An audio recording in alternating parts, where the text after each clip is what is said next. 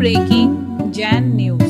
देव, धर्म, गुरु और ग्रंथ वह चार जरूरी विषय जिनकी चर्चा किन्हीं भी यूनिवर्सिटी में नहीं होती। सुनिए संत शिरोमणि परम पूज्य आचार्य श्री विद्यासागर जी महाराज के शिष्य परम पूज्य जैन मुनि श्री प्रणम्य सागर जी महाराज ने इस संबंध में क्या कहा। देव माने जो वास्तव में भगवान है, वो धर्म, गुरु और ग्रंथ, ऐसी चार चीजों की हमें बहुत अच्छे ढंग से अपनी बुद्धि से परीक्षा करनी चाहिए।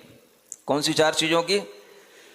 इनकी एक लेबोरेटरी अलग बनानी चाहिए यूनिवर्सिटी के अंदर जहां पर चार चीजों की परीक्षा हो सके। कौन सी? देव की परीक्षा, धर्म की परीक्षा, धर्म वास्तव में क्या है, किसका नाम धर्म है, धर्म की परिभाषा क्या होनी चाहिए, एक इस पर भी एक अच्छी चर्चा होनी चाहिए। गुरु वास्तव में किनको कहना चाहिए, गुरु का मतलब क्या होना चाहिए, गुरु का उद्देश्य क्या होना चाहिए, गुरु का स्वरूप क्या होना चाहिए, और ग्रंथ जो हमारे सामने आते हैं जिन्हें हम शास्त्र कहते हैं, उनका भी एक स्वरूप क्या होना चाहिए, किसके बनाए हुए ग्रंथ होते हैं, किसके द्वारा वह लिखे हुए होते हैं, जो मान्य होते हैं, प्रामाणिक होते हैं। ऐसी इन चार चीजों की चर्चा आजकल किन्हीं भी यूनिवर्सिटियों में नहीं होती है। देव, गुरु, ग्रंथ और धर्म, इन चार चीजों की परीक्षा के लिए अलग अलग जो है डिपार्टमेंट होने चाहिए। इसके लिए अलग अलग लाइब्रेरी के साथ में लेबोरेटरी भी होनी चाहिए, जिन पर कि अच्छे ढंग से सब लोग चर्चा कर सकें, परीक्षा कर सकें।